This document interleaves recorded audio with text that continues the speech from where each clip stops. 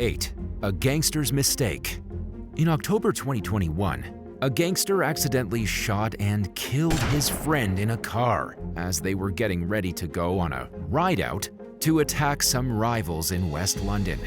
39-year-old Chirag Amir Chirag unintentionally killed his friend and fellow gang member, 28-year-old Mohammed Muhyiddin, by accidentally shooting him in the back with a submachine gun. On Halloween night, they were sitting in a Toyota Prius outside a house in Harlington High Street when everything suddenly went wrong. Instead of going after their targets, Chirag accidentally went after his partner. Chirag's Agram 2002 submachine gun was equipped with a silencer, so it's unlikely that anyone heard the shot. This made it a lot easier to get rid of the body without drawing suspicion. After realizing what he'd done, Chirag drove to Heathrow Airport and dumped Mohammed in a ditch. Later, his remains were found by a taxi driver. There's apparently a house on Harlington High Street that's used for drug deals. Chirag and a man named Mohammed Shakil, a different Mohammed, got into an argument with a group of men at the property the night before the shooting. During the altercation, Shakil showed off an imitation gun to intimidate the men, while Chirag brandished the real deal. When Mohammed was killed, Chirag wasn't the only one in the car. Shakil and an unnamed 17-year-old were also there. After the shooting, the remaining men panicked and came up with a plan. First, they dumped the body in a ditch. Then, the 17-year-old drove the Prius to Trout Lane and set it on fire. The men didn't get away with the crime, though, and were arrested in early November.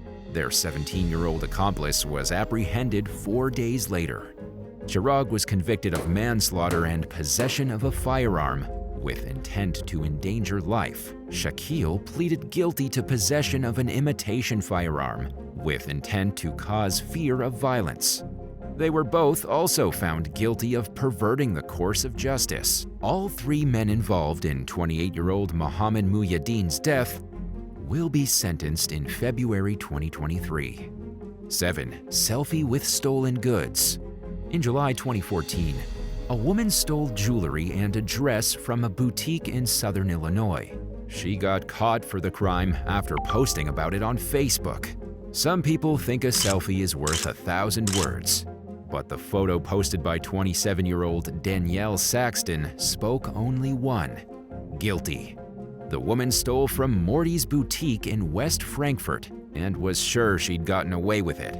That is, until her social media snitched on her. Apparently, Saxton took several images of herself wearing the stolen merchandise and then posted them to her Facebook. Included among the items was a dress, a few shirts, jewelry, and more. According to the store's co-owner, Kurt Williams, the dress Saxton stole had a distinct leopard print. When Saxton posted a selfie in the dress, she was basically turning herself in.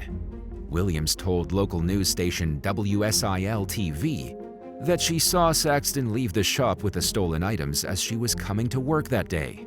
When she questioned the thief, her excuse was that there wasn't anybody working inside and that she was able to simply walk out of the store with the clothes without being stopped. After checking the security footage, Williams posted about the event online, and luckily, Saxton's pictures led officers straight to her. When the police arrested the woman, she apparently still had the stolen clothes in her hand. They also found out that she was wanted in a different country on a separate warrant. Since the incident happened, Saxton has been released from jail, but hopefully her phone is still locked up, since she really shouldn't be allowed to use it. 6. Fugitive applies for cop job. A fugitive thought it would be a good idea to apply for a job at a New Jersey sheriff's office back in October 2022. Former Postal Service worker, 27-year-old Zima Johnson from Jersey City, was on the run for a crime she carried out in Monroe County, Pennsylvania, when she decided to apply to the Hudson County Sheriff's Office. She sent in paperwork and her resume to be a security guard, and she was likely pretty excited when they called her back about the job. She was asked to come down to the station for an interview, but it was all a ruse set up by the sheriff's office. According to Sheriff Frank Sciolari, when Zima showed up, she was immediately arrested. Apparently, the woman had a long list of charges that she'd failed to show up in court for, including fraud and traffic-related incidents. Officers discovered 2 stolen credit cards on the woman when she was busted, and she was hit with an additional charge for theft. Sheriff Sciolari told the Jersey Journal that after Zima was taken into custody, the United States Postal Investigative Service decided to launch its own investigation into her behavior, since she once worked for the Postal Service. The Hudson County Sheriff's Office apparently sent in a tip to USPS after they arrested Zima. The criminal is currently being held in the Hudson County Jail, but she'll eventually be moved to Pennsylvania to face her charges. It's considered a misdemeanor in most states if you fail to show up for a scheduled court date, so it's unclear why Zima thought she'd get away with it for so long. It's also not known why she would apply for a job with law enforcement, considering she was a fugitive on the run. 5. Failed escape. In July 2018, a pair of criminals tried escaping the Canadian police after using a stolen credit card to buy soda from a gas station in Edmonton, Alberta. The not-so-savvy thieves were caught at the Spruce Grove Ready Mart. During their escape, 28-year-old Richard Parizo was tased by an officer, and 29-year-old Brittany Burke somehow fell through the ceiling off the convenience store after trying to leave the building. When police first got to the Ready Mart, Parizo pushed Burke toward an officer, forcing both the cop and the woman to the ground. Burke held onto the officer in a bear hug while her boyfriend managed to run away. But he found himself in the store's stockroom with the back door locked. So he decided to go back out the front of the store where the officer was waiting. Eventually, Parizo was forced to give up. While the cop turned his sights back on Parizo, Burke tried to escape as well. She too found herself in the stockroom with no way out. But she saw a ladder propped up against a wall and decided to try and climb out through the ceiling. All was going well at first, but then she ran into a few loose ceiling tiles and fell down onto the metal shelves below. This is when 2 more officers got to the establishment, and both criminals were arrested. Richard Parizo was charged with assaulting a police officer, resisting arrest, possession of stolen property, and using a stolen credit card. Brittany Burke was charged with failing to comply, mischief, and obstructing a police officer. For her involvement, Burke was ordered to serve 15 days in jail. Parizo was sentenced later, but unfortunately, his punishment term is unclear. 4. Hazard lights. In summer 2021, 2 brothers were caught red-handed dumping their murder victim in Pennsylvania woods after they forgot to turn off their car's hazard lights.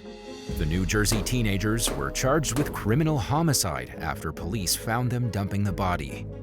19-year-old Anthony Gamble and his younger brother, 17-year-old Joshua Gamble, were taken into custody after Pennsylvania state troopers checked on what they thought were disabled vehicles. Troopers approached a parked Audi and blinking silver Subaru after midnight, and they found Joshua in the woods.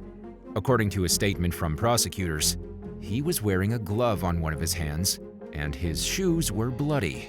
As the authorities detained Anthony, whose clothes were also blood-stained, he tried to escape and ran towards his car, but he was stopped and promptly arrested. The brother's victim was then found in the woods next to the Audi, and inside the car, authorities found a lot of blood and a large knife near the passenger side. Bucks County District Attorney Matt Weintraub told the New York Post that the unidentified male victim was stabbed in his neck, arm, upper chest, and head.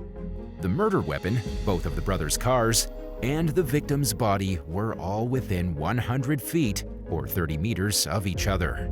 The teens were charged with criminal conspiracy, homicide, tampering with evidence, and possession of an instrument of crime. It was discovered that shortly before the victim, 26-year-old Kevin Rosero, was found, the brothers transferred $400 from his phone to Joshua's phone, so they were handed extra charges of computer trespass robbery, and unlawful use of a computer. Unfortunately, there hasn't been any recent updates on the case, and the Gamble brothers' sentencing is unclear. 3. Cheeto Dust. A woman who broke into an Oklahoma home in February 2021 was captured by police thanks to the Cheeto dust they found on her teeth. Sharon Carr was caught orange-handed. She was arrested and charged with first-degree burglary after trying to rob a homeowner in Tulsa. Apparently, the police arrived at the property that night after they got a call from a scared mother of two. She said that another woman had ripped the screen off her window and climbed inside. When the homeowner noticed the thief, the snack-loving criminal quickly fled the scene, leaving through the same window she entered. When the authorities investigated, they found a bottle of water and a Cheetos bag on the ground near the window. They started looking around the area for the fugitive, but after just a few minutes into the search, Sharon Carr came out of the shadows. The mother of two identified Carr as the robber, and the arrest was cemented when officers discovered orange snack food residue still stuck to the woman's teeth. 2. Criminal couldn't hold it. In February 2020, a man from Michigan had a humiliating run-in with the law after he allegedly relieved himself on the bumper of a Florida police car. The defendant, 26-year-old David Marcel Lewis Johnson, was captured by authorities midstream. He'd apparently been in downtown St. Petersburg that night after 1 a.m. when he was seen approaching the squad car. He then began urinating on the bumper of the vehicle. According to the arrest affidavit, Johnson was taken into custody while still in the commission of the crime, hence midstream. He was busted for the act on a block where several nightclubs and popular bars are located, but it's unclear if Johnson was under the influence of alcohol or not. Apparently, Johnson didn't want to cooperate with questioning, and he made things extremely difficult for authorities. In the end, he was charged with disorderly conduct, specifically for urinating in a place where members of the public could have easily seen him. Johnson was initially sent to jail, but he was freed from custody after one of his relatives posted his $250 bond. Johnson, who lives near Detroit, Michigan, has refused to plead guilty to the strange misdemeanor count. 1. Wrong house. In August 2022, a man broke into a Chippewa Falls, Minnesota house and locked himself in one of the residents' bathrooms so he could take a bath. The criminal, 29-year-old Kyle S. Kozel, was charged with criminal trespass and burglary. The incident happened at around 6 in the morning on August 10th. A 911 call was placed by the owner of the house, and they reported that a complete stranger had broken in and taken over their bathroom. When officers arrived, they ordered Kozel to leave. He complied with their request, but he exited wearing only a t-shirt and underwear, which were apparently inside out. He had the tub faucet running and his pants were on the floor of the bathroom, indicating that he'd planned to take a relaxing bath. Kozel told officers that the house belonged to his girlfriend and that he was staying with her, but nobody living in the home knew who Kozel was or how he even got inside the residence in the first place. When officers questioned the intruder, he gave them an address in Rochester and claimed the home he was in was his apartment, even though he was actually in Chippewa Falls. Not surprisingly, police noticed a strong smell of alcohol emanating from him, suggesting that he wasn't in the right state of mind. It doesn't seem like Kozel was charged with breaking and entering, but as terms of his release, he's not allowed to have any contact with the victims or their home, and he's been barred from possessing or consuming alcohol. If you knew you could get away with no consequences, what store would you rob? Let us know in the comments below. If you enjoyed today's video, be sure to subscribe to the channel. Thanks for watching, and we'll see you next time.